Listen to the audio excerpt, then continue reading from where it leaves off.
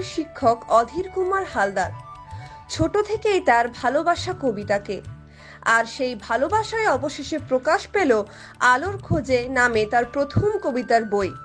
যে আলোর খোঁজে শিক্ষক অধীর কুমার হালদারের স্বরচিত মোট ৪৫টি কবিতা স্থান পেয়েছে।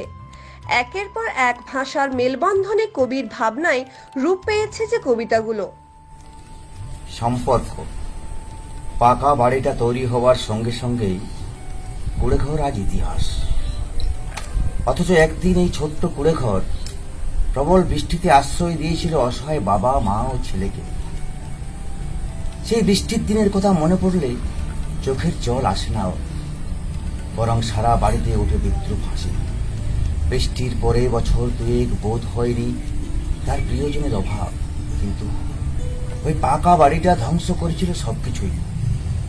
বিশ্বাসঘাতকতা নাকি অতিরিক্ত ভালোবাসা? কার প্রভাবে এই মানসিক পরিবর্তন? এক ঝাঁক প্রশ্নের বোঝা মাথায় নিয়ে অপেক্ষা করি ছোট্ট কুড়েঘর, বৃষ্টি নয় ভূমিকম্পে। শিক্ষক অধীর কুমার হালদারের কথায় তিনি কোনো কবি নন।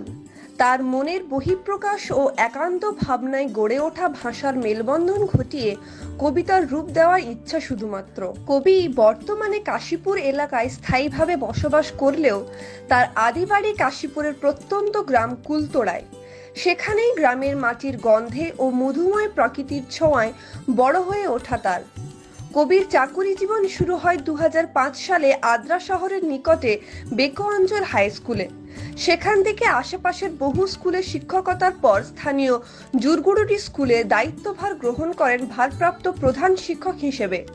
আর তার মাঝেই স্বর্গীয় পিতা পূর্ণচন্দ্র হালদার ও স্বর্গীয় শ্বশুরমশাই কান্তনাথ করের আদর্শে মনোপ্রাণে ভালোবাসা কবিতার জগৎকে। তারপর থেকেই স্ত্রী শিক্ষিকা মৌসুমী কর হালদারের পূর্ণাঙ্গ সহযোগিতায় নিজের মনের কথা কবিতার আকারে প্রকাশ করা শিক্ষক অধীর কুমার হালদারের। সেখান থেকেই নিজের স্বরচিত মোট ৪৫টি কবিতাকে নিয়ে আলোর খোঁজে কবিতার বইয়ের প্রকাশ তার। যে কবিতার বই তার আদি বাড়ি কুলতোড়া গ্রামে দুর্গাপূজার একটি অনুষ্ঠানে প্রকাশ করেন পুরুলিয়া জেলা পরিষদের জনস্বাস্থ্য ও পরিবেশ কর্মাধ্যক্ষ সৌমেন বেলধরিয়া।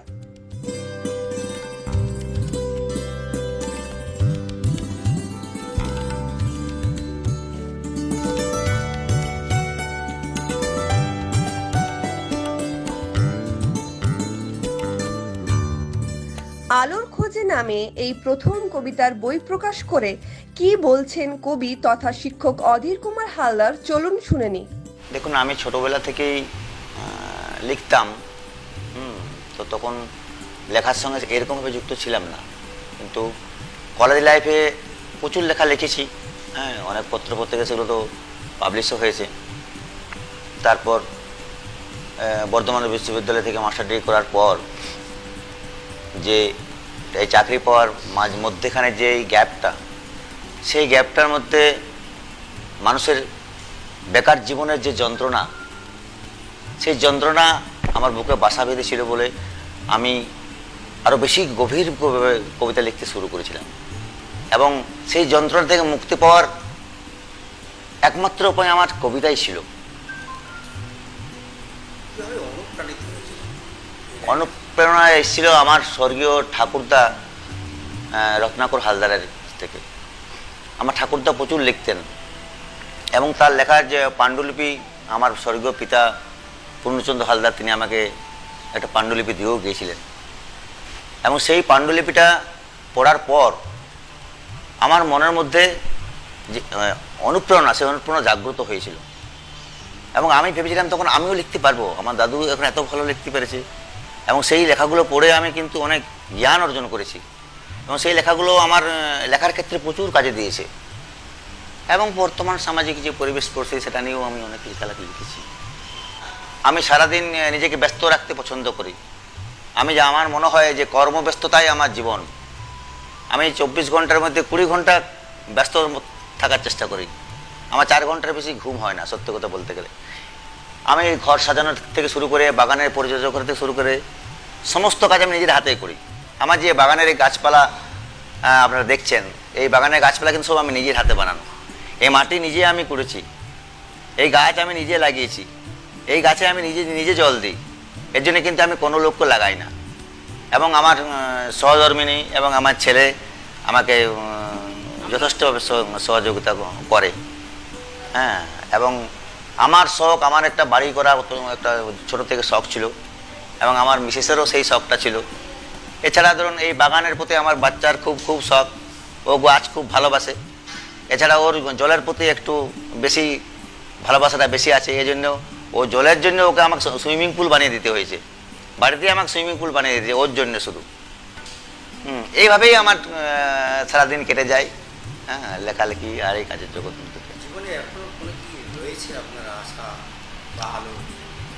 আশার আলো একটাই, যে অন্তত মানুষকে যদি সচেতন করতে পারতাম, মানুষকে যদি মানুষের মতো করতে পারতাম, তাহলে আমার যে অন্তরাত্মা, সে অন্তরাত্মা আমার হতো, মানে শান্ত হতো। অপরদিকে কবির স্ত্রী তথা কাশীপুর JKM গার্লস হাই স্কুলের শিক্ষিকা মৌসুমী কর হালদার স্বামী স্বরচিত বই প্রকাশে গর্বিত বোধ হয়ে বলেন, সহযোগিতার মাধ্যমে, আলাপ আলোচনার মাধ্যমে কাজ করি সমস্ত কিছুই। উনি ওনার লেখার জগতে থাকেন, লিখেন, ভোর 4টার সময় উঠে যান, তারপর বাগানে জল দেওয়া থেকে আরম্ভ করে বাগান করা, আমিও হাত করি আর কি, ওনাদের সঙ্গে থাকি। হ্যাঁ, সব কাজে হাত লাগাই, গাছে বীজ ছড়ানোর থেকে করে সমস্ত কিছু করি। আর লেখালেখি উনি নিজের মতন গান শোনেন, লেখেন, হ্যাঁ, নিজের মতন থাকেন। আর আমি নিজের করি। আমি তখন তো সেই সময় ঘুমাই, তারপরে উঠে আমি মর্নিং ওয়াকে চলে যাই, তারপরে এসে দেখি যা করো করো করি।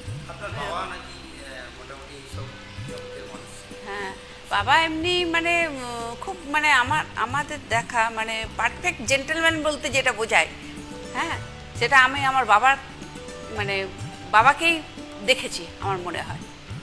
এবং ওনার যে অঢেল জ্ঞান, মানে আমি বলছি করে আমাদের বাড়িতে কি বলে টেলিগ্রাফ, আনন্দবাজার পেপারের ফার্স্ট টু লাস্ট উনি সারা দিনে পড়ে শেষ করতেন।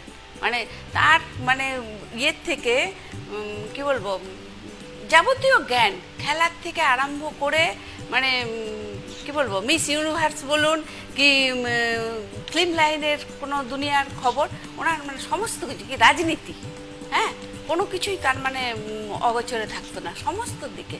এবং সেই একটা পরিবেশের মধ্যে আমি বড় হয়েছি, তো সেই জন্য মানে অন্যরকমভাবে মানে আমাদের চিন্তাধারাটা একটু অন্যরকম। একটা প্রেম যার শুরু পুরনো শতকে, ফিরে কি পাবে তার লাবণ্য আবার নতুন শতকে? নাকি জাতি ধর্ম বাধা হবে অসহায় দুটি নিষ্পাপ হৃদয়ে? সহ্য হয় না প্রেমিকের ভাগ্যের বিড়ম্বনা, প্রেমিকাও অপরাধী, থাকে সে আনমনা।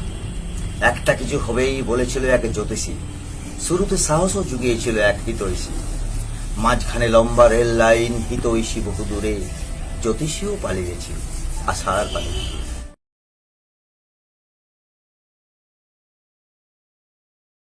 পুরুলিয়া জেলার কাশীপুরের